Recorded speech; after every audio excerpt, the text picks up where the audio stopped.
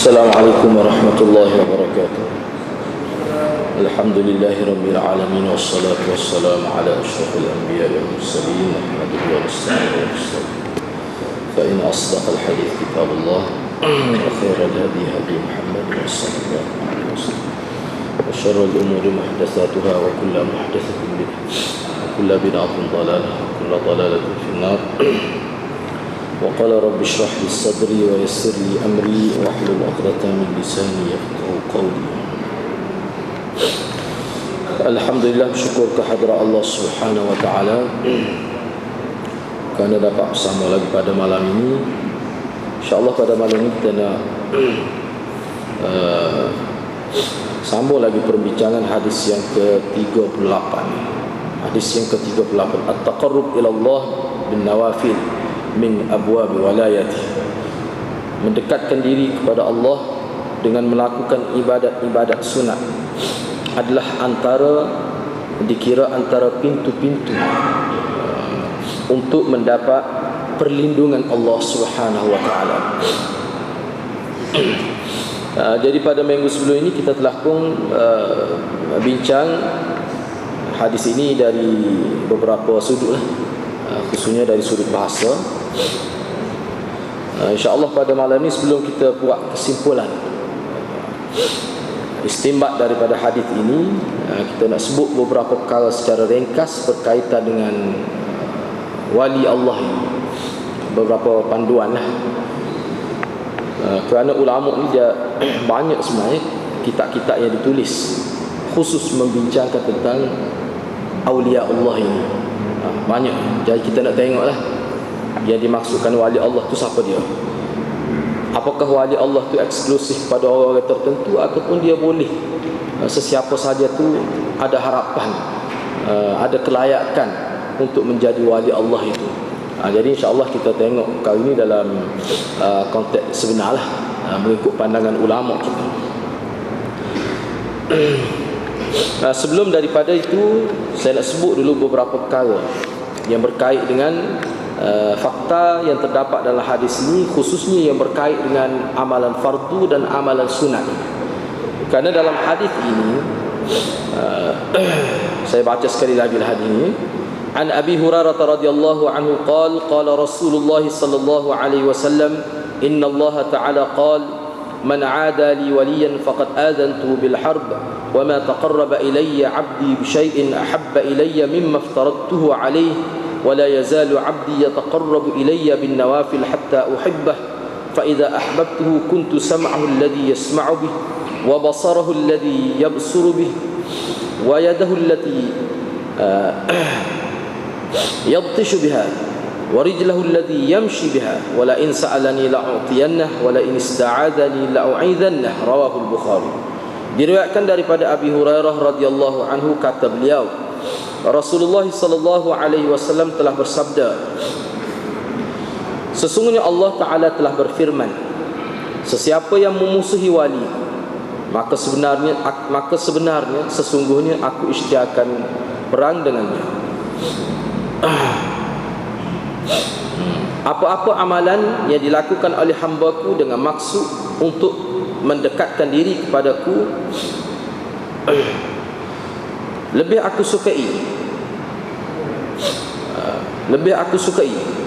Mana apa-apa amalan yang hamba aku ingin lakukan dengan maksud untuk taqarrub kepada aku, yang terlebih aku sukai ialah apa yang aku fardukan kepadanya.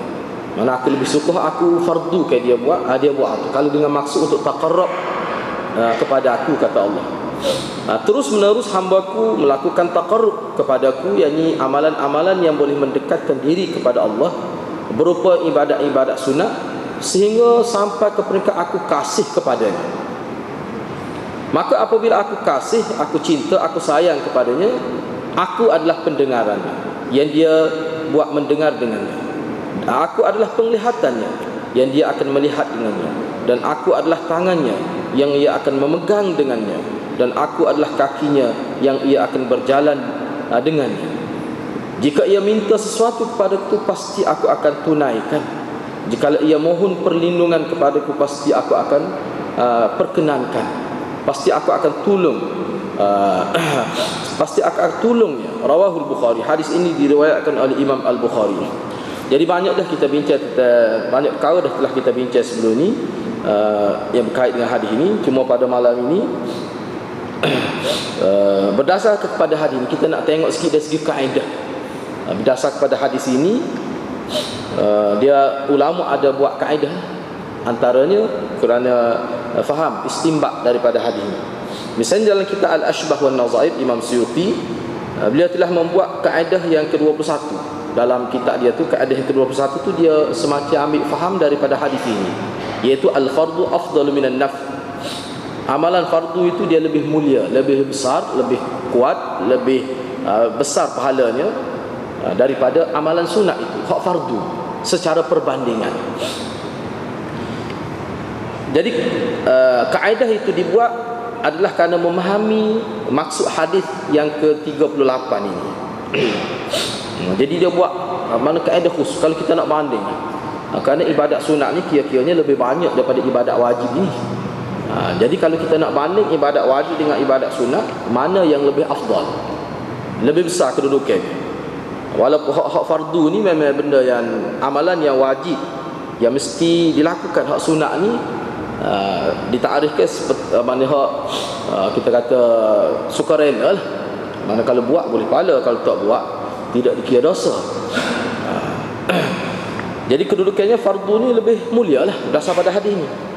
Kemudian Imam Suyuti menakalkan kenyataan Imamul Haramain, yang mana Imamul Haramain sebut, Imamul Haramain ada menyebutkan, kata beliau, para imam, khususnya imam dalam para ulama, khususnya dalam bidang usuliyin, mereka menyebutkan, ini dia nak memahami nas hadis Nabi sallallahu alaihi wasallam.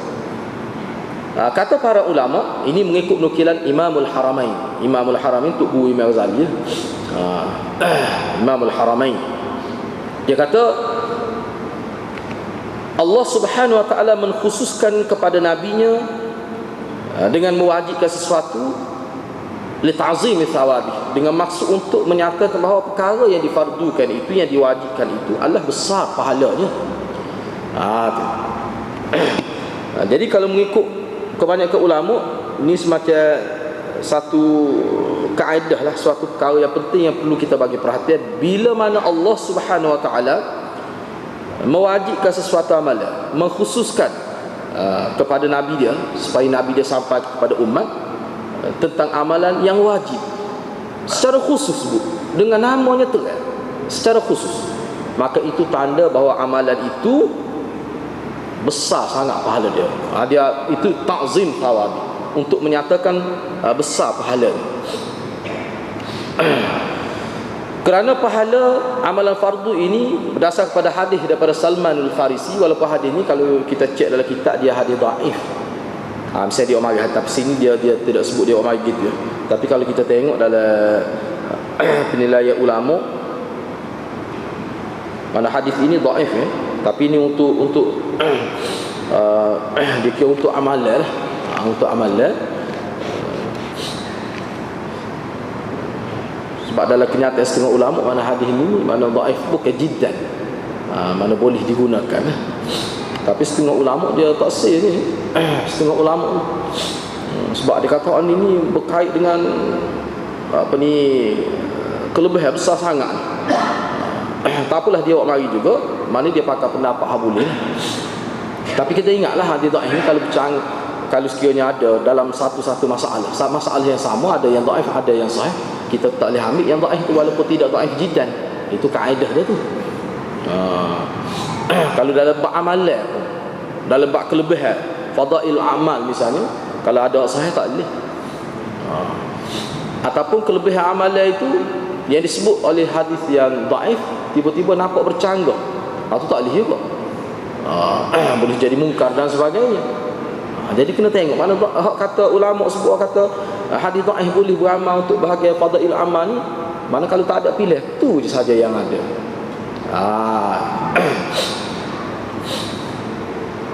Ini hadis daripada Salman Al-Farisi. Banyaklah kita tengok, ada sekitar 7 buah kitab juga yang sebut kita hadis ni jadi dihukumkan dhaif lah. Dan dia disebut sebab apa? Sebab kelemahan perawi dia. Jadi disebut dalam hadis ini bahawa pahala amalan yang fardu itu melebihi pahala amalan sunat, mana dengan 70 darjat. Jadi mereka pergi hadis ini, hadis riwayat daripada Salman Al-Farisi. Dalam hadis lain ada disebut dia hadis Salman Al-Farisi ini memang dhaif, cuma dia tengok dalam hadis-hadis lain ada makna yang dekat-dekat dengan ni, hak tu sahih. Jadi bila ada tu dia kira ni makna walaupun dari segi riwayat dia lemah, dari segi maknanya boleh pakai dia. Sebab ada sokongan dari segi makna matan tu. Ada disebut gitu. Misalnya anna Rasulullah sallallahu alaihi wasallam qala fi syahr Ramadan man taqarraba fihi bi khaslatin min khisalil khair kana kaman adda faridatan fi ma siwah wa man adda faridatan fihi kana kaman adda 70 faridatan fi ma siwah. Ini disebut dalam kitab Al-Ashbah wan Nazair.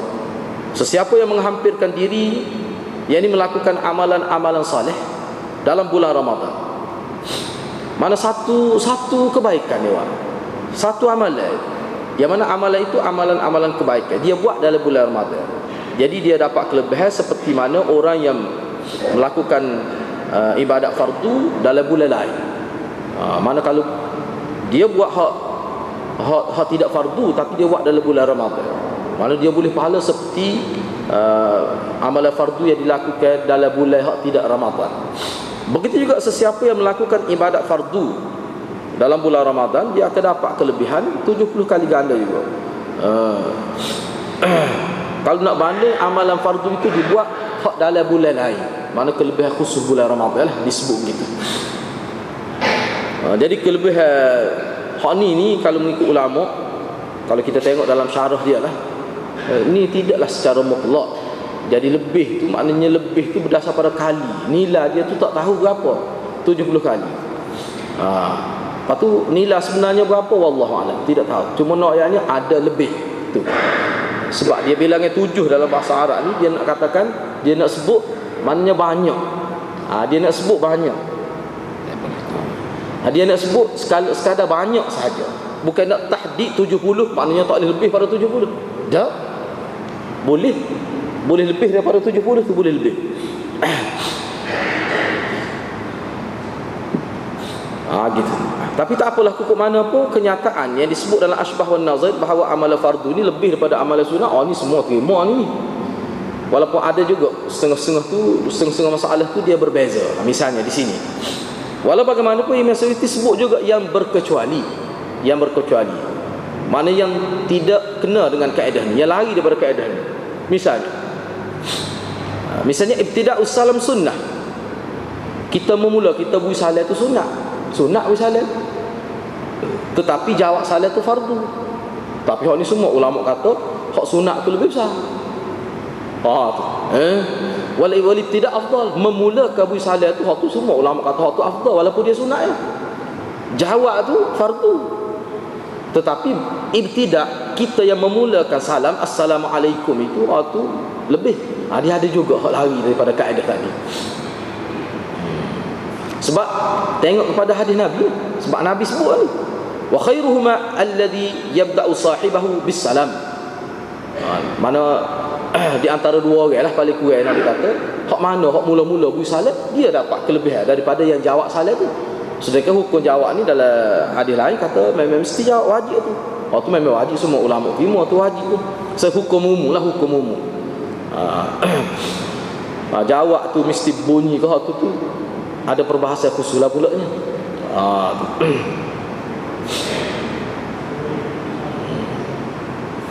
Contoh yang lain misalnya, ini kaedah dalam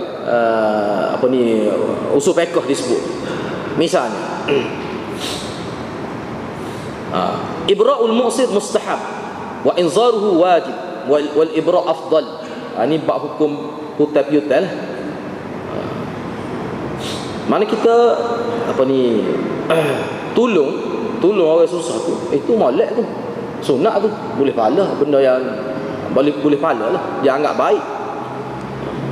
Lepas tu ni maknanya bila dia buta, kita pun bui tempoh. Misalnya dia janji nak bayar 12 bulan, tiba-tiba 12 bulan tak boleh lagi kerana sebab-sebab tertentu. Kita pun lanjut ke tempoh dia kerana dia tu muksir pada waktu itu, atau mustahab. Dan kita tunggu bui tempoh pada dia tu. Ibrak ni maknanya kita bantulah, makna bantu dia. Bantu orang dalam terlibat dengan hutang, kita tolong bayar, lepas tu bayarlah semula saya misal. Tu memang molek lah, tidak wajib tu. Itu mustahab. Dan kalau kita tunggu tempoh dia bayar, mana dia lepas dia sepatut 12 bulan, tiba-tiba dia lewat kerana sebab-sebab tertentu, mulia dia kerana gaji dia tak masuk lagi. Misalnya orang kerja dengan swasta, kadang-kadang lewat dan sebagainya, boleh berlaku lah.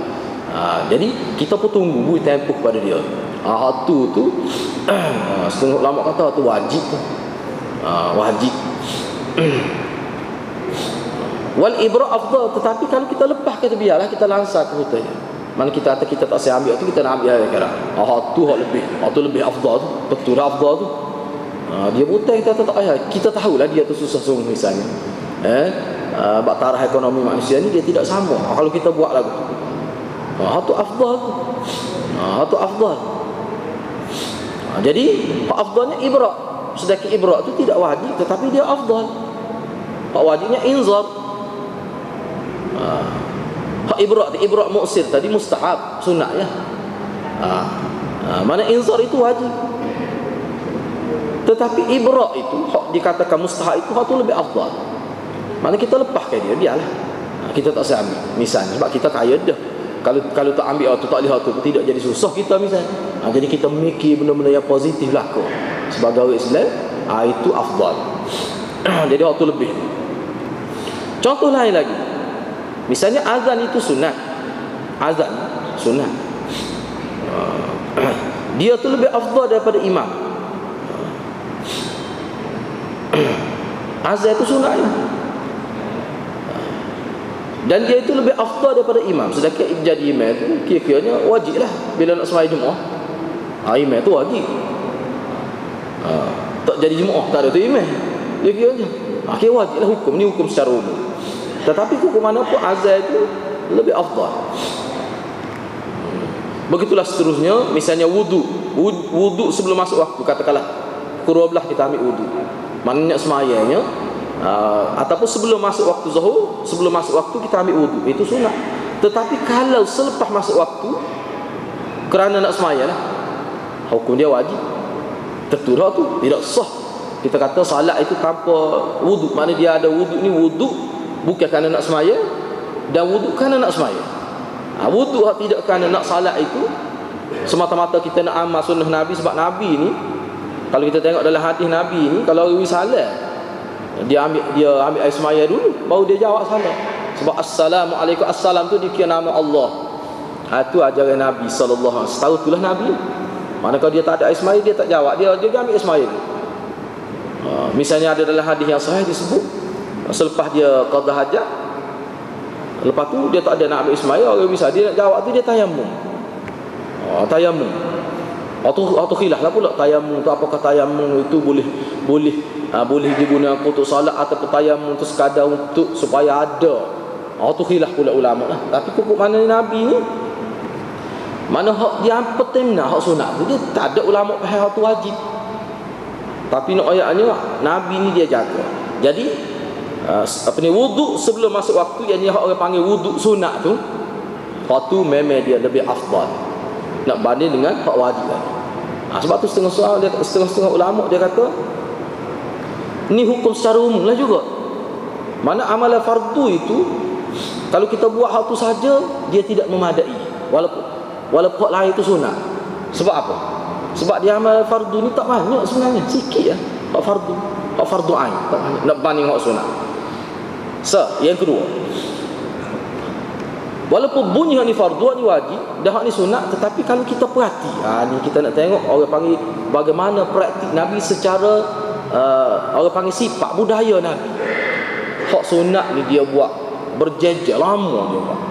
Sebab tu ulama kata hak sunat ni dia ada kelebihan yang tersendiri. Syaratnya hak wajib tu kita jaga.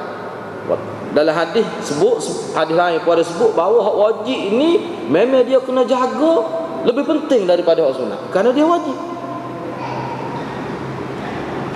Yang ketiga, hak wajib kita buat ni, kita tak boleh nak yakin markah dia tu penuh, tak boleh nak yakin markah dia tu. Misalnya kita semaya, kita jaga habis dengan cara pakaian kita bersih tepat, patut kita mari pun niat 100 penuh, tapi dia ada kekurangan-kekurangan. Jadi di situlah ada kelebihan sunat itu, dia menampung yang wajib itu. Itu kelebihan. Sebab hak wajib ni dia tak boleh buat banyak. Misalnya kalau mayasa, puasa tak comel mayasa, kita nak buat pula tak boleh. Dia tak boleh, dia kena buat sunat. Tu. Walaupun ada dalam kis-kis tertentu, ulama kata dia kalau buat juga dia akan jadi sunat lah. Tapi kok mana pun nak menampung hak wajib ini, dia kena buat hak sunat dalam bentuk semaya jugalah. Sebab tu dia ada sedekah wajib, dia ada sedekah sunat, dia ada semaya wajib, dia ada semaya sunat. Dia ada sebagai nak menampung. Itu rahmat Tuhan. Mana Tuhan peluang kita. Tuhan peluang kita. Hak wajib tu kena jaga betul sebab dia wajib. Ni hak wajib pun tak sempurna, tapi Tuhan ni rahmatnya dia peluang kita tampung. Mana hak fardu kalau ada kurang dengan cara melakukan ya sunat-sunat. Dan Nabi buat sunat ni lebih lama masa daripada wajib, lebih banyak. Nabi pun sebut taqarrabu bin nawafil, dekatkanlah diri kamu dengan buat banyak hak sunat-sunat ni. Kita tengok sebenarnya bagaimana pandangan ulama pada orang yang hanya buat hak wajib saja. Mana ulama ada lah sebut tu benda-benda gitu. Sebab hal tu sebenarnya dia bercanggah dengan budaya hidup Nabi kalau buat hak wajib saja.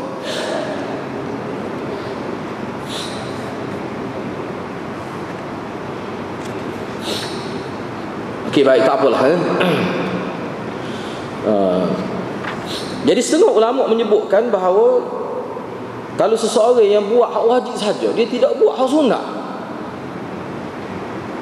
hak ni maknanya dia bahayalah kedudukan dia. Bahayalah kedudukan dia. Apa bahaya tu? Sebabnya tak ada sokongnya amalan dia. Jadi bila bangkit di hadap akhirat, setara mana? Kalau dia buat hak wajib saja, lepas tu dia kata tak apa, dia buat hak wajib, sunat dia tak goma buat sunat. Masalahnya dosa dia lah, mana dosa dia? Hak dosa dia buat takut banyak. Tu masalah nak mengimbangi. Jadi betul-betul kalau ulama sebut disampai maksud taqarrub ila Allah, tanda ubudiyah itu bab lain lah. Tapi dalam konteks ni, dalam konteks nak menampung ini, katakanlah dia buat yang wajib saja, buat fardu, dia tak buat sunat, sebenarnya bahaya. Dia berada di hujung tanduk lah, seperti lah berada di hujung tanduk. Apa tu? Tak tahu lagi dosa sebenarnya mana, tak tahu lagi. Sebab tu dalam kaedah jaza, dia ada mizan. Kaedah pembalasan di mahkamah dia ada mizan. Dia timbang. Timbang tu timbang ke dia? Timbang tu timbang amal baik dan amal jahat. Timbang tu amal baik dan amal jahat. Jadi katakanlah jadi berat hal jahat, lagu mana jadi? Sebab itulah ulama kata orang yang buat ibadat fardu saja sebenarnya orang yang belum menghayati agama dengan sebaiknya. Tak kena cara tu. Cuba tengok sahabat Nabi.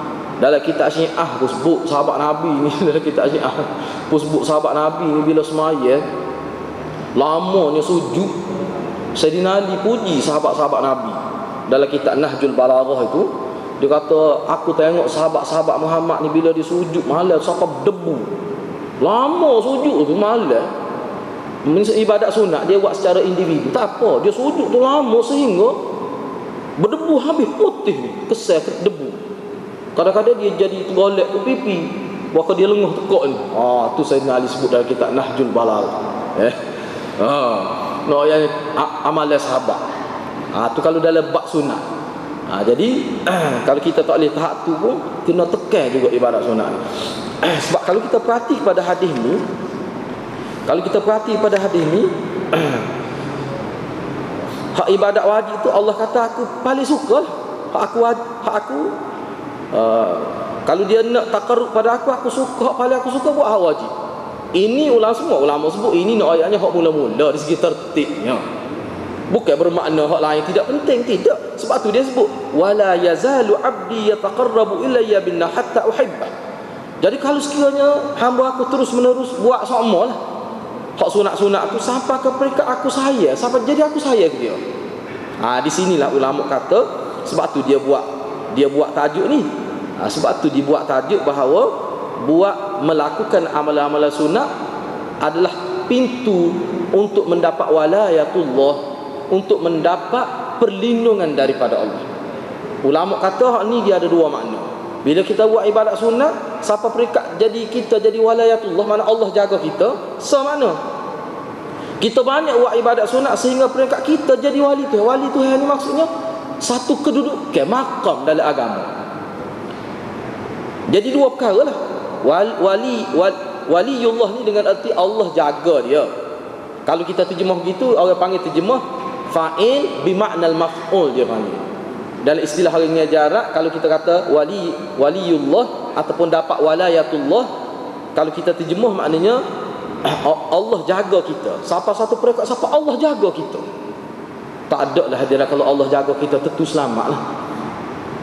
Hak ni kita pakai walayah dengan makna maf'ul, fa'il bimakna maf'ul. Tetapi kalau kita kata walayatullah dengan erti kita ni jadi orang yang dekat dengan Tuhan secara makna, bukan secara zat. Hak ni orang panggil walayatullah ni maknanya walayah itu dengan makna fa'il. Fa'il ni maksudnya kita ni dengan sebab kita buat amalan baik sampai peringkat capai makam wali tu. Di sinilah ulama misalnya Ibn Taymiyah bahas khusus tentang wali Allah dalam kitab dia. Ramai lagi ulama lain tu ni. Sebenarnya ada satu kitab. Jadi saya tengok orang tu panjang terlajuk. Beratus-ratus muka surat. Dia bahas, dia ambil dalam kitab Ibn Taymiyah, dalam kitab-kitab lain dia bahas, dia buat ringkasan dah tu dekat 200 muka surat lebih khusus bab wali. Dia ada khususnya bahagia min awliya syayatin. Tu dia ada juga wali syaitan ni. Bukan waliullah saja, rupanya wali syaitan ni pun kuat juga. Jadi kena beringatlah, takut termasuk dalam wali syaitan kita ni, tidak wali Allah. Dia ada perbahasan khusus tu. Dan kita akan sebut juga sebahagian sikitlah. Kalau kita nak tengok dalam kitab tu dia banyak doa. Tetapi perhatilah, bahkan dia bahas kalimah wali tu sendiri tu lebih pada 10 makna. Kalimah wali tu, wali nikah, wali belakang tu. Jadi dia bahas tu panjang. Kita apalah. Seterusnya kita nak lihat sikit dari sudut ni, dari sudut kita nak pergi kepada perbahasan tentang wali Allah ni. Ini pandangan mula-mula sebab kitab yang paling terkenal lah, paling masyhurnya karya Ibn Taymiyah ni lah. Dari kitab ni, kalau saya duk tengok dalam kitab, kalau sebut tentang wali Tuhan, mana-mana ulama pun mesti sebut kata-kata dia. Nama kitab dia Al-Furqan Baina Awliya'ir Rahman wa Awliya'is Syayatin wa Awliya'is Syaitan. Nak tengok sudut beza, perbezaan antara wali-wali Tuhan Ar-Rahman dengan wali-wali syaitan Al-Mala'un. Syaitan yang terkutuk. Dia ada beza. Jadi antara yang disebut, dia petik poin-poin yang kira poin besar lah. Kalau hati-hati tak boleh, wallahu alam lah diterjemah ke tidak. Saya rasa kitab-kitab gini kalau dalam bahasa Indonesia, Melayu Indonesia, saya rasa ada. Cuba tengoklah. Mungkin kitab-kitab di kedai-kedai buku boleh ada. Tapi orang ini kalau boleh baca Arab, boleh ambil teks Arab. Kalau baca sendiri boleh lah. Misalnya ada dalam fasal dalam kitab tu, dia sebut begini. Saya nak baca sikit ni, tulisan Ibn Taymiyah. Ibn Taymiyah ni memang dia bomoh juga. Ibn Taymiyah ni sebab tu dia tahu sangat. Dia kata, dia sebutlah, dia kata kena beringat. Dia kata makhluk halus ni, sebab makhluk yang nampak ni pun menipu hangit. Makhluk halus lagi lah penipu. Sebab dia ni pun bomoh ni. Jangan kata perempuan ni tolak terus bomoh dah. Ibn Taymiyah ni pun bomoh.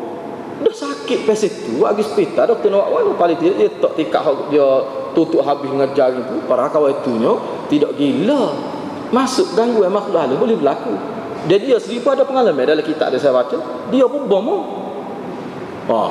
Dia ni, siapa dia kata pernah sekali tu, dia kata jin tu tak situbik, dia masuk dalam tubuh seseorang. Aku tak cakap baca ayat, dia kata tak situbik. Neng juga ada kali tu. Dia pun gerak, dia tak baca ayat Quran. Dia baca ya adu wallah, ukhruj ya adu wallah. Dia katak habis bukan dengan tangan kanan dia. Dia katak atas belakang kawan tu. Dia ceritalah. Bila katak tu tubik jin. Ukhruj ya adu wallah. Dia katak. Boleh jadi kalau kita buat tak jadi dia tak. Maka orang yang buat gitu tu dia mungkin dia ada barang amalan dia ke. Jadi kalau kita buat rasa kalau kita katak gitu, kalau tidak tangan kita sakit kawan tu mutah kali. Kalau katak atas belakang. Tapi kok mana memang dia ada. Dia reti ni ilmu-ilmu gini. Jadi sebab tu bila dia sebut tentang ilmu makhluk halus tentang ni orang panggil tipu daya syaitan. Ni hanya sunnah. Dia boleh sebut.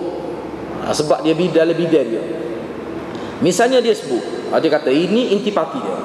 Fi sifati auliyaillah. Fasal yang menyebutkan tentang ciri-ciri wali Tuhan. Lagu mana? فأولياء الله هم المؤمنون المتقون كما قال تعالى ألا إن أولياء الله لا خوف عليهم ولا هم يحزنون الذين آمنوا وكانوا يتقون. Para wali Allah itu adalah mereka yang beriman dan bertakwa kepada Allah. Seperti mana Allah sebut dalam ayat Quran dalam surah Yunus ini ayat 62-63. Ketahuilah bahawa para wali Allah itu dia tidak ada perasaan takut. Tak ada takut, tak ada using, tak ada perasaan itu. Mana hati dia tu tenang. Mereka itulah adalah orang-orang yang beriman dan orang yang bertakwa. Wali Tuhan semua dia tak using, tak ada takut. Ni betul-betul jiwa sahabat lah, dia tak ada takut. Kita tak jumpa dalam kitab atau sahabat takut hati. Sahabat takut ke jin, takut ke syaitan, tak ada. Bukan masalah bagi dia benda-benda gitu. Benda-benda gaib ni tidak masalah bagi dia. Janganlah kita buat benda. Sebab tu ulama misalnya dalam kitab Tarbiyatul Aulad fi Islam tu, dia kata memang bercanggah secara langsung dengan ajaran Tuhan, menakutkan anak dengan hatu jembalan. Nabi tak pernah ajar lah betul. Jangan buat gitu hati-hati bercanggah dengan pendidikan tu. Pendidikan dalam agama kita, jangan kita takut ke budak-budak dengan makhluk-makhluk halus. Kalau dia tak nampak hatu jembalan dan sebagainya. Itu memang salah dari segi agama tu. Sebab apa ya takut ni? Takut ni hanya kepada Allah. Dia kena latih sejak kecil lagi. Jangan buat begitu. Jadi kenapa dia tidak takut ni? Sebab dia bergantung dengan Tuhan. Sebab dia bergantung dengan Tuhan, hati dia terlekat dengan Tuhan, dia tak takut kau apa-apa. Marilah gapo itu tak takut. Tak ada pitih ke, ada pitih ke, dah serupa yang bagi. Kalau ada pitih banyak pun serupa, tak ada pitih serupa. Ini jiwa yang terlatih dengan amalan cara Nabi. Kalau kita buat amalan tidak dengan cara Nabi, dia tak mari lagu ni. Dia tidak mari. Kemudian Ibn Taymiyah dia buat marilah. Dia kata dalam hadis sahih, hadis ni dia buat mari hadis. Dia sebut hadis. Dia sebut lagi. Dia kata tidak boleh, tidak akan dikira wali Tuhan, tidak akan dikira wali Allah kecuali orang yang beriman dengan sebenar-benarnya dan taat ikut segala ajaran Nabi sallallahu alaihi wasallam dalam semua aspek, dalam semua bentuk. Serupa, dia cuba nak menyerupakan amalan dia. Dia ikut sungguh amalan Nabi, sama ada secara batin, secara zahir, dia ikutlah. Ni orang wali Tuhan semua. Bila nak buat sesuatu dia mikir lagu mana Nabi buat. Tu cara mikir wali Tuhan. Mana kalau bercanggah dengan hadis yang sahih, dia kata tolak walau amalan siapa pun. Itu maknanya orang panggil wali Tuhan. Sebab apa? Dia nak supaya bila dia buat sesuatu, dia nak ihsan. Ihsan ini ciri, sini dia tak sebut dalam kitab lain. Ihsan ini ciri khusus amalan para wali. Buat sesuatu biar ihsan. Anta'budallah ka'annaka tarah fa illam takun tarah fa innahu yarak. Tu. Maknanya bila kita buat ibadat seakan-akan kita nampak Tuhan. Orang yang seakan-akan nampak Tuhan ni bukan secara kiasan, bukan hakikat. Kalau nampak sungguh tu memang masalah lah. Seakan sehingga menyebabkan ibadat dia tu tak ada kerana lain. Kerana Allah semata-mata. Itu kesan seolah-olah tu. Kalau dia tidak boleh bayangkan begitu, terasa begitu, dia kena yakin bahawa Allah melihat dia. Ada kebaikan juga kalau dia yakin Allah sedang melihat dia. Bila dia buat ibadat, Allah sedang melihat. Mari telitah dalam minda dia. Dia tidak niat, dia tidak akan terpesong. Niat dia akan ikhlas 100% pada Allah. Dia tak pergi ke lain. Sebab dia bahasa CCTV tu ada, dia tengok dia. Dia akan jadi beringat lah. Jadi hak tu sebenarnya perangai wali Tuhan. Dan apabila para wali Allah itu dikaitkan dengan iman dan bertakwa, maka tahap iman seseorang hamba dan tahap takwa dia itulah yang jadi perkiraan iman dan perkiraan takwa itulah yang boleh terangkat dia. Jadi mekanisme untuk menjadi wali Tuhan ni ke dia iman dan takwa. Nak boleh waktu tu kena amal lah, kok kena amal lah. Sebab itulah ulama Bukhari kata iman takwa ni hakikatnya amal lah. Amal lah kita. Tak ada wah batin ni. Nah, ni batin, semaya batin. Tak ada nak amal zahir. Tak ada fiqh lagu tu jadi hidup. Tak ada fiqh. Kan ada ajaran salah batin, semua batin belaka. Niat belaka, batin. Mereka awal saja buat ibadat hak nampak zahir, pergerakan zahir ni. Lepas tu dia hanya duduk zikir saja. Semua. Jadi hak tu tak kena. Jauh sama sekali daripada ajaran Nabi. Itu ditipu oleh syaitan. Tak kena. Dia kena ikut Nabi, ikut Nabi. Jadi seseorang nak dapat walayatullah tu dikaitkan dengan iman dan takwa. Iman dengan takwa tu apa kaitan dia? Takluk dia apa? Amal. Tu jelas, Tak ada khilaf tu. Dalam ajaran Ahlus Sunnah wal Jamaah tak ada khilaf tu. Sesiapa yang paling sempurna iman dan takwa, dialah wali Allah yang paling tinggi. Daripada kenyataan inilah ulama sebut wali Allah paling tinggi ni tentu dah mana sahabat. Sebab Nabi ni atas lagi pada tu, Nabi dan Rasul. Sebab itulah setengah ulama dia buat kenyataan paling tinggi kalau kita nak kata secara umum wali paling tinggi sahabat. Tapi kalau kita nak turun sikit lagi, kita kata wali hak tidak sekali tidak sahabat, kita nak ambil orang biasa hak tidak sahabat. Start daripada tabi'in sampai zaman kita ni, kalau ada setinggi-tinggi wali pun dia tak dapat mengatasi serendah-rendah sahabat. Sebab sahabat ni tinggi pada wali dia. Itu mengikut ulama. Tapi kalau nak kira secara umum kata wali tu sahabat lah. Tu wali tu Jadi ulama kita dalam kitab dia tekan benda ni. Sebab ini bila kita bincang benda ni, dia menutup banyak pintu fitnah. Bila kita bincang bab wali, sebab wali ni salah satu, kalau wali ni dah sebab wali ni ramai orang nak wali ni. Orang nak jadi wali ni ramai. Tak tahu buat apa. Banyak sungguh nak jadi wali.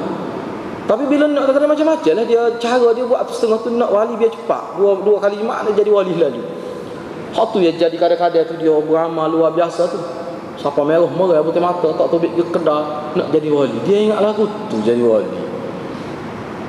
Sebab tu kita pergi lagi sebab tu wali-wali ni tak ada siapa tahu dia pun dia tak tahu dia jadi wali. Kalau dia kata dia berasa jadi wali, itu berasa boleh berasa belaka.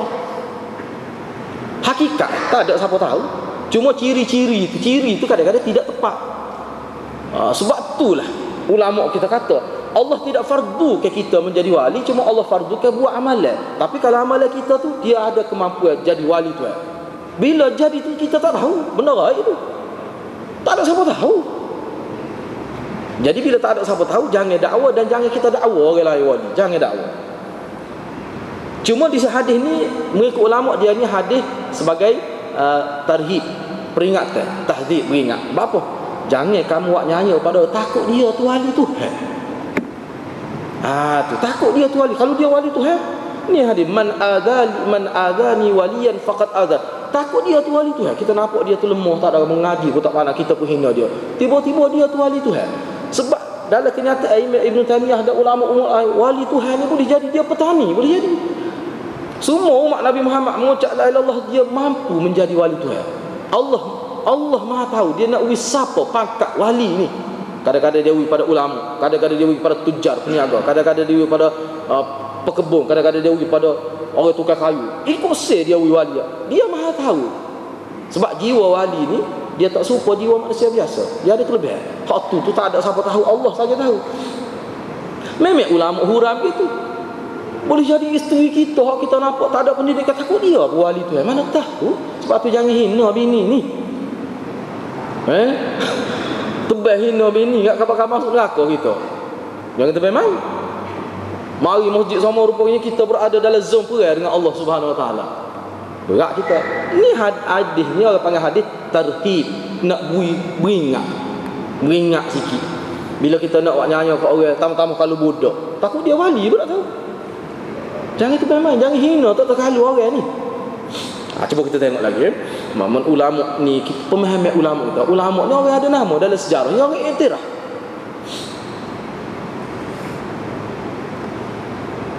Misalnya dalam fasal yang lain disebutkan wali Allah ini dia ada dua kelompok lah. Dia panggil as-sabiqun al-awwalun, sabiquna muqarrabun, lepas tu ashabul yamin, muqtasiduna. Dua.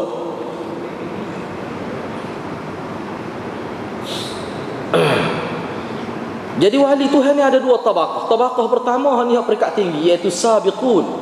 Orang yang sabiqun ni maknanya orang yang menghampirkan diri pada Allah, tapi dia ni sentiasa fikir nak molek sama. Kalau kita bahasa Kelantan kan, kalau benda bak molek kat dia nak dulu sama dia buat. Ada makna fastabiqul khairat was-sabiqunal awwaluna minal itu ayat tu hati-hati was-sabiqunal awwaluna minal muhajir was-sabiqun tu itu wali peringkat tinggi. Ni boleh jadi pokok tasawuf dia tak guna. Sabiqin wali yang tinggi. Ni mengikut ulama. Maknanya orang yang melakukan amalan, dia kalau dalam amalan baik dia nak buat lebih dulu pada orang lain. Biar orang lain tu terkesan dengan perbuatan dia. Dia nak ambil man dalla alal khair kafa'il. Itu ciri wali Tuhan. Tidak kata ujung-ujung lepas orang buat belaka dia pun buat kata. Sebab apa silam tu boleh jadi kerana malu kau orang. Tak, dia ni nak supaya orang buat. Nak ambil kelebihan orang ikut dia tu. Sebab sahabat-sahabat Nabi memang dulu. Kalau bab kebaikan agak berebut. Tu ciri wali Tuhan dalam bab kebaikan. Selagi orang yang hanya buat benda-benda wajib saja, dia boleh jadi Tuhan juga. Dia boleh jadi wali Tuhan juga. Dia jaga hak wajib-wajib, hak sunat-sunat ni dia tak buat belah mana. Sampai setengah-setengah ulama kata, ini biasanya orang-orang hak buat kajian. Ramai juga lah ada ulama yang sebut gitu. Ni pokok ulama dia kata dia duk baca tak khabar, semua tak khabar baca. Siapa orang kita puk atas belakang, so makan jenis ni gitu buat kajian, baca tak tahu rumah misalnya. Jadi kadang-kadang dia tu banyak amalan-amalan sunat dia tertinggal. Nak pergi ziarah orang dia tak ada, nak buat duri jalan raya tak ada, duduk atas rumah. Tapi duduk atas rumah pun tak tidur, duk baca kitab, duk buat kajian orang-orang lagu ni. Tetapi kukuk mana pun dia ni bukan ashabul shimal, ashabul yamin. Orang yang berada di sebelah kanan, haluan kanan. Orang ni boleh minum di kolam Kausar Nabi SAW. Ni pokok ni. Dia panggil ashabul yamin. Itu dari satu sudut. Setengah ulama kata tak. Kadang-kadang ashabul yamin ni dia boleh naik jadi peringkat. Misalnya dia sebuah kita kata Imam Suyuti misalnya. Tak tahu umum Imam Suyuti dia baca. Siapa orientalis kata orientalis. Ada sebut saya tengok dalam kitab orientalis dia puji Imam Suyuti. Dia kata tak ada manusia kuat nulis seperti dia. Siapa beratus kitab. Siapa orientalis kata 400 lebih kata karya. Setengah ulama kata 900 lebih, setengah kata 500 lebih karya Imam Suyuti. Ni tak tahu umur ni. Katanya dekat umur 40 dia tu, setengah kata umur 40 tu tak tahu umur. Tu pergi semaya gitu je.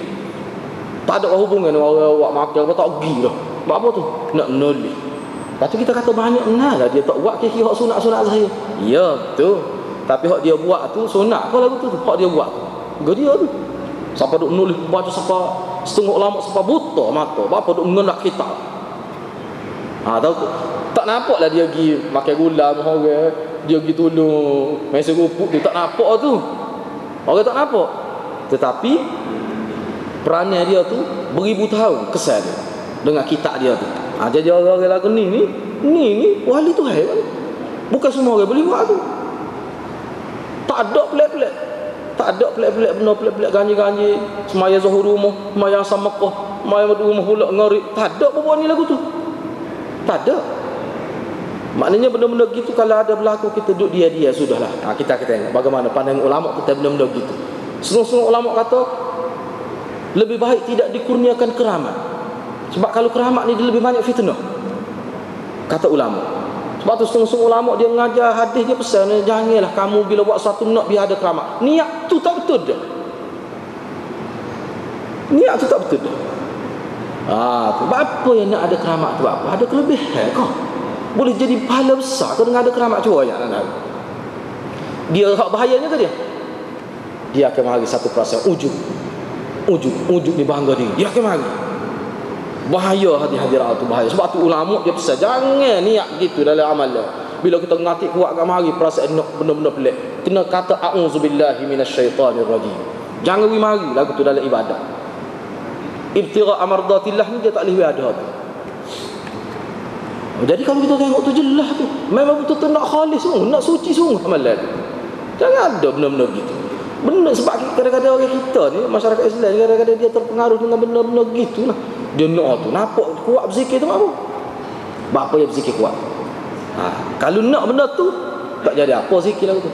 Kalau betul berzikir seperti cara Nabi, sebab itulah ada juga ulama sebut dalam kitab, kalau orang tu dia nak berzikir kuat sungguh, memang dia kena baca Quran. Zikir ni bukan tak ada Nabi berzikir, tetapi hak paling banyak Nabi buat Imam Suyuti sebut dalam kita al-amru bil ittiba' wan nahyu anil ibtida'. Dalam kitab dia tu zikir yang paling tinggi, yang menjadi amalan yang paling besar Nabi baca Quran. Jadi kalau kita nak berzikir sungguh tu, boleh kita nak berzikir lain. Dalam hadis Nabi ada sebut khafifatan fil lisan wa thaqilatan fil mizan tu kan. Nah, hadis terakhir Imam Bukhari dalam kitab dia. Wengen je sebutnya tapi berat dah timbangnya. Ngati ngati tu atas kata apa boleh subhanallah wa bihamdi subhanallahil azim tu hak kata tu. Hak ni ulama kata tak kira waktu, tak kira masa banyak mana lagi. Hak dalam keadaan biasa. Tapi kalau malam waktu yang paling berharga pukul 3 pagi, pukul 4 pagi Nabi baca Quran. Sebab tu bagi saya sendiri kalau tengok benda-benda gini, tidak sayugia kita duk baca benda-benda lain pada waktu tu. Sebab setengah ulama kata tak kena kita duk baca benda lain. Kalau masa tu kita dengan kitab kaji ilmu tu waktu tu paling molek. Kalau boleh buatlah waktu tu. Jadi benda ni. Jadi wali Tuhan kalau mengikut kenyataan ni, wali Tuhan ni orang yang paling mengikut Nabi. Itu ciri wali Tuhan. Sebab tu dia ada sebut sini. Dia kata wali Tuhan sama ada kita panggil dia as-sabiqun ataupun kita kata ashabul yamin, dia mesti yaf'alul wajibat. Dia mesti ciri dia melakukan benda-benda yang wajib. Wa yatrukul muharramat, dia meninggalkan yang haram. Dan dia tidak dan dia melakukan ibadat-ibadat sunat. Selepas dia buat wajib, dia buat ibadat sunat. Tu. Dia melakukan hak wajib, benda-benda hak mustahab, so dia buat belaka lah. Dia meninggalkan benda haram, bahkan hak makruh, hak syubhat pun dia tinggal. Tetapi ulama sebut hak ni bukan semua boleh buat. Sebab itulah wali pun dia ada peringkat-peringkat dia. Cuma masalah nama kita sebut gini itu, tu Nabi tak sebut nama. Tapi ada peringkat dia. Jadi peringkat tu bergantung kepada orang lah. Misalnya orang peringkat tinggi, dia alim, dia berjuang, syahid, siapa syahid, setengah tu menulis kitab lagi lepas tu syahid. Lama ulama kita misalnya Syekh Ismail Syahid kita tahu, itu menulis kitab di India, cucu Syekh Waliullah itu, anak Syekh Abdul Ghani itu, anak Syekh Waliullah Ad-Dahlawi itu, dia menulis kitab. Tetapi tak ada kampung di bumi India dia tahu, dia pergi belakang ajak orang jihad fi sabilillah, lawan apa-apa sesak, akhir sekali dia mati syahid. Dia tu lah. Ni menulis kitab ibadat kuat malam tadi. Tapi kalau siang hidup caca, buka baju, nak suruh kena panah. Apa? Nak suruh ada ketahanan stamina. Nak pergi jual mana kena panah tu berai dun lalu. No. Jadi dia tak setara tu latihan dia. Ini wali Tuhan semua. Benda-benda bid'ah tak buat langsung. Betul-betul buat ikut Nabi. Hak terang. Dia sanggup letihkan itu. Letihkan buat hak sahih. Ini ciri wali Tuhan. Jangan kita letih buat benda hak tak jelas. Rugi masa hati-hadirat. Kita peletih tubuh kita buat hak benda sahih. Itu cara wali Tuhan. Dia sebut terang sini. Misalnya ni peringatan. Berdasarkan kepada fa'ala hadza, berdasar pada kenyataan ini, faman azhara al-walayah wa huwa la yu'addil fara'ida wa la yajtanibul al-maharim lam yakul li ahadin an yaqul hadza waliyyun lillah.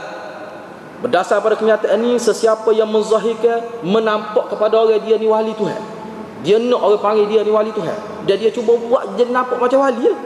Sedangkan dia dalam masa tu dia tinggal benda-benda fardu. Dia tidak buat, dia bahkan benar ada dia buat. Jelas. Tak boleh seorang pun, tak layak, tak sayu dia sesiapa pun kata kepada dia, ini wali Allah. Jangan kata begitu. Tak boleh. Sebabnya, maknanya daripada kenyataan ni, bab fiqh ni menjadi ukuran juga kita nak agak. Tidak pasti nak agak orang tu wali Tuhan. Jadi kalau orang tolak terus fiqh, nak ambil batin saja, subuh bobok batiniah ni misalnya, ada bobok kita ni lagu tu. Tak tahu lah di sekitar Kota Baru ni lah. No. Tak semaya dah bobok dia ni, dia sampai satu peringkat dia tak semaya. Dia setahun sekali tu dia ada sebulan dia pakai pakaian putih. Dia gidah dengan saya je. Waktu yang kita kenal dia tu, ramai juga bobok dia, puluh-puluh orang juga. Dia tak semaya, dia tak semaya ni tak sampai tahap. Dia ada sampai satu tahap ni tak perlu semaya. Sebab hidup kita ni pun semaya dah hakikat. Ingat Tuhan tu semaya. Semaya ni maksud nak latih zikrullah. Bila sudah mari siapa yakin dah kita ni, wa'bud rabbaka hatta ya'tiyakal yakin tu. Yakin situ ni maknanya yakin. Tengok dia faham. Engkau baru tak mengaji. Nah, padahal semua ulama kata yakin tu makna maut, mati. Ni tak. Ada lagu tu. Mati dah beberapa orang, tapi ada lagi buat dia. Kalau setahun sekali dia pakai putih, kita nampak naik besi kawak dia. Nah, pakai putih. Kalau ayat teradah tu kenal muka tak jauh. No, tapi tak dahsyatlah. Tak cakap royak. Kalau kita royak pun tak pakar. Ni masa sebab dia yakin betul lagu tu. Yakin betul. Ni bahaya, hati-hati bahaya ni.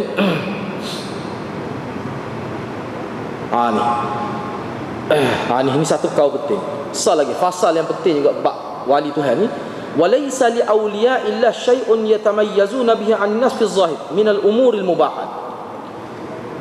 Wali Tuhan yang sebenar tak ada apa pun secara zahir ni yang membezakan dengan orang biasa. Dia serupa ya. Ni hati dia. Secara zahirnya wali Allah ni dia serupa ya. Secara zahir. Makna kalau kita nak tengok rupa zahir dia, kita tak boleh nak kenal dia sebagai wali. Tak boleh nak kenal.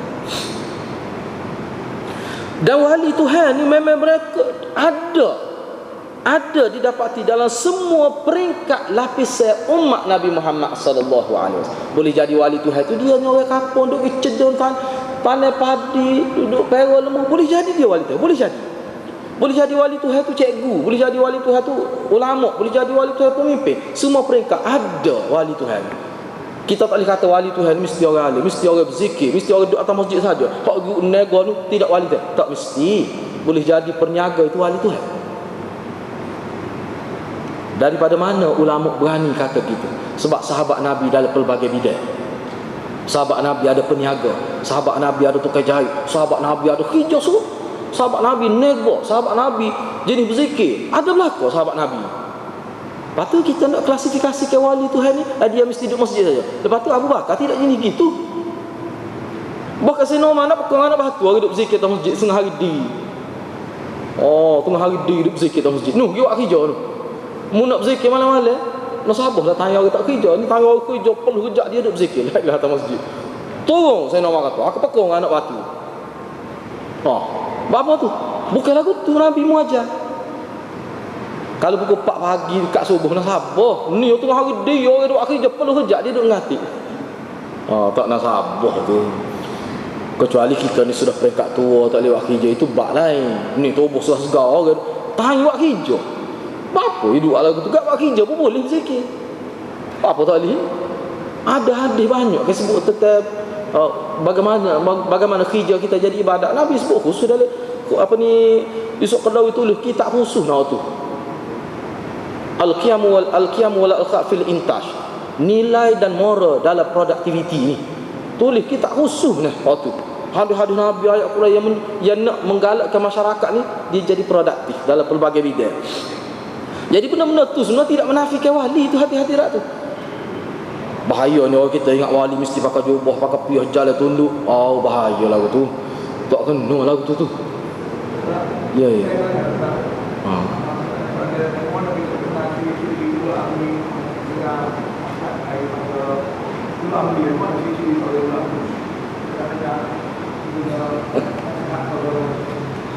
Ulul amri ni bab lain tu.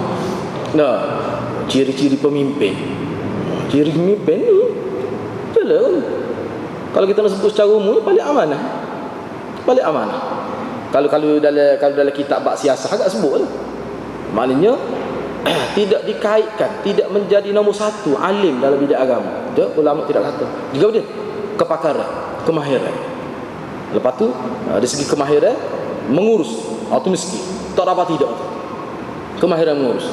Yang kedua kecerdikan, kepintaran. Lepas tu bawah tu adalah perwatakan dia tu, misalnya kalau cacat siapa tak boleh, misalnya dia buta nak jadi pemimpin tertinggi, ulama kata tak boleh. Penasihat boleh, nak tampil ke hadapan tak boleh. Banyak lah di situ. Tapi kok mana pun amanah tu memang hak tu nombor satu. Amanah mesti amanah. Di samping fatanah dia tu dia kena amanah. Dia kena cerdik, dia kena jujur, itu jeri. Lepas tu dia ni ada nilai amal ma'ruf nahi munkar itu. Dia mesti ada tu. Tu. Kalau dia tidak alim pun tak apa, tidak disyaratkan, tak ada ulama atau syarat menjadi pemimpin dia kena alim. Sebab tu dia ada pula rangkaian dia kaitan di antara umara dengan ulama itu. Kadang-kadang ulama ni tak boleh. Bukan bidang dia mengetahui. Rumah dia bukan jalan ambil. Anak mengetahui misalnya. Tetapi dia alim. Ni sebab tu dia tak boleh putus dengan umara. Kalau umara memutuskan hubungan dengan ulama, rasa bijak tahu mana pun. Jadi seorang yang gitulah. Jadi boleh jadi wali Tuhan tu ada di kalangan pemimpin. Boleh jadi lah. Sebab tu dia buat sini, wa inna ma yujaduna fi jami'i asnati ummati Muhammad fi ahli al-Quran wal jihad wat tujar was sunnah waz zurra'.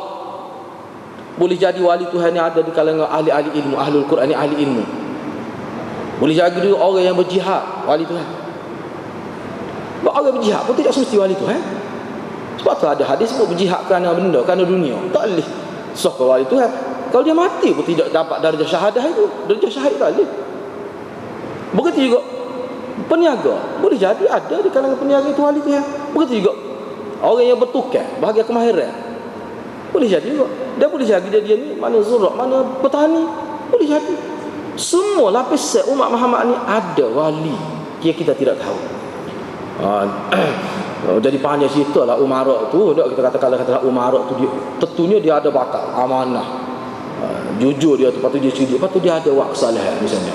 Kesalahan tu tidak boleh menjatuhkan dia.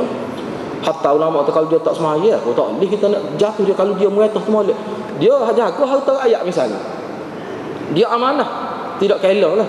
Cuma ada galik dah tu tinggal mayasal. Galik dah duk betul tu tinggal mayasal ni.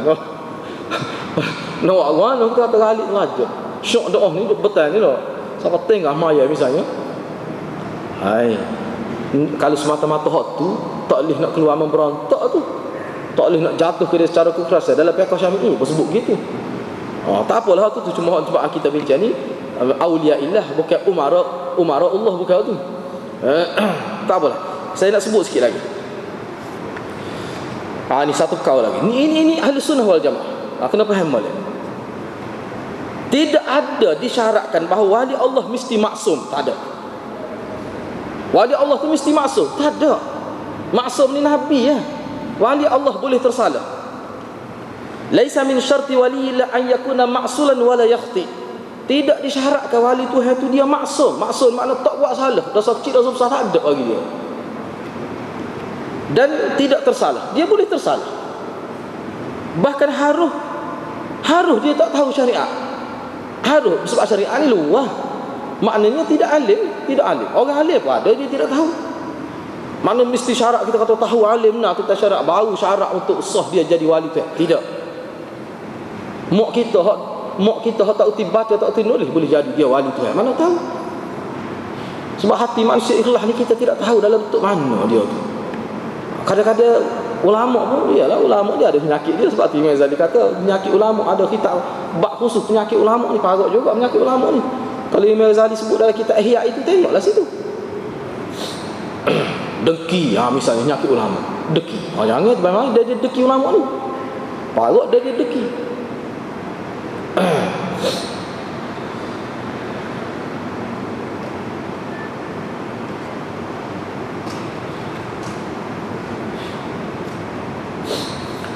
Lepas tu diperingatkan lagi, jangan kita ingat bahawa wali Tuhan ni dia ada keramat. Kadang-kadang benda pelik berlaku pada manusia ni bukan keramat pun, tetapi itu sebenarnya adalah merupakan taswilat, tipu daya syaitan. Dia buat jadi gitu. Tak mesti. Misalnya ada satu kes dia mengatik. Dia macam bunyi suara, acak kali dia bunyi suara di telinga dia. Misalnya dia ada bunyi suara, ada orang nak mari rumah ni. Acak kali semua dia jadi yakin.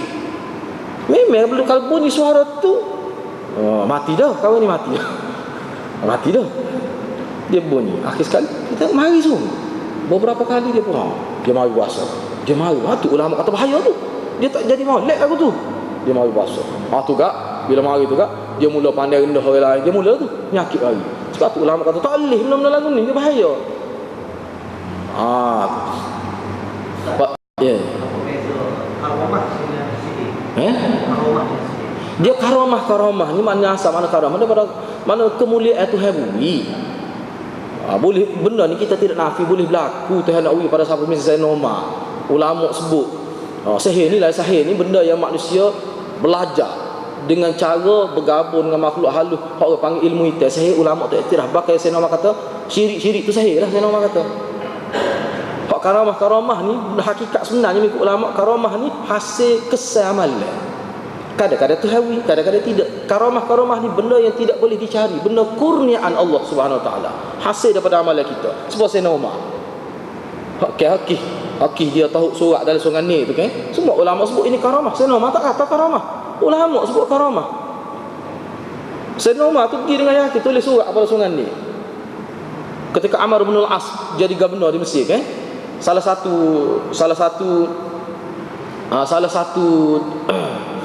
apa ni?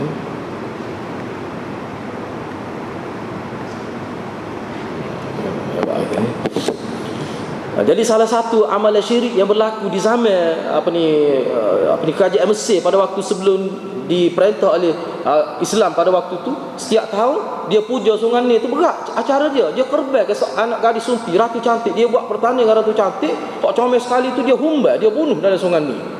Acara tahun ni. Bila Amr bin al-As pergi jadi gubernur, zaman tu zaman Sayyidina Umar, Amr bin al-As istihar atas nama kerajaan. Amalan ni mesti dihentikan serta merta, haram ini. Takdir Allah Subhanahu Wa Taala nya dia air sungai ni tu jadi suhu esok kan. Kata dalam kitab sebut parah betih jadi air sungai ni.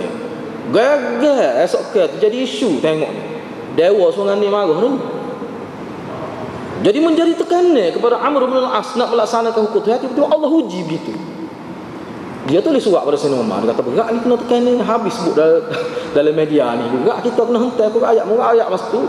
Kita kena ingat, kita kena tahu latar belakang ayat Mesir ni penuh dengan khurafat. Penuh dengan perkara syirik ini. Sayyidina Umar jawab surat tu. 2 pucuk surat. Satu ditujukan kepada pejabat gubernur di Mesir, siapa pada Amr bin al-As. Satu surat lagi khusus untuk dicampak ke dalam sungai ni. Pening Amr bin al-As. Hak surat dia tak apa dia buka. Dia kata Sayyidina Umar tulis gapo dia dalam surat nak suruh tahu dalam sungai ni. Lepas Sayyidina Umar suruh tahu lepas maya subuh. Dia pun disebut dalam kitab tu lah.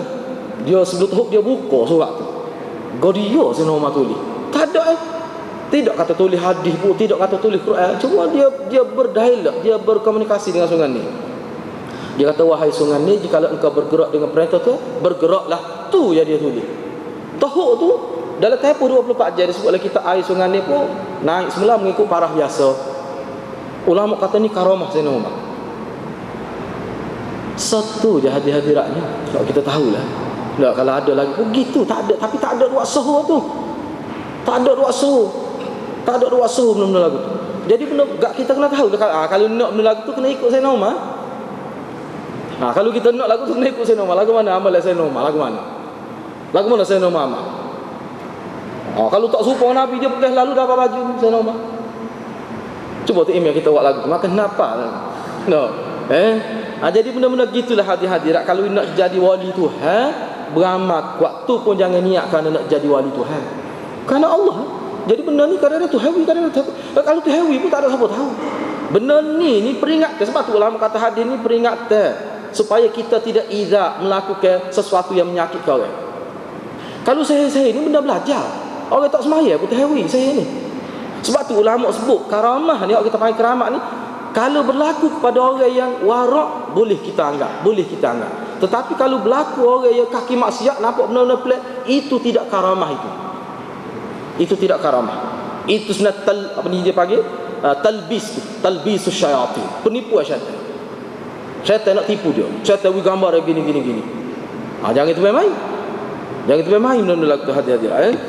Jadi ada beberapa perkara lagi insya-Allah kita sebut minggu hadapan lah. Kena beringat. Jadi wali Tuhan ni sebenarnya tak ada siapa tahu. Dan kita pun nak capai hak tu pun, kita nak capai lagu mana kalau ada pun kita tak tahu, kita pun tak orang lain. Sebab tu dia kukuman, sebab tu ulama kata kalau nak juga, katakan kita nak makan wali tu, beramal supaya ikut cara Nabi. Ikut tu, ngaji semua. Atau surah Tuhan. Dia rasa setakat itulah. InsyaAllah kita akan sambung semula perbincangan, kerana dia ada sebut ni beberapa perkara lagi yang penting juga kita tahulah, supaya kita jelas kita dalam hidup agama ni, apa dia kita cari dalam agama ni, biar jelas. Setakat itulah. Wabillahi taufiq. Assalamualaikum warahmatullahi wabarakatuh.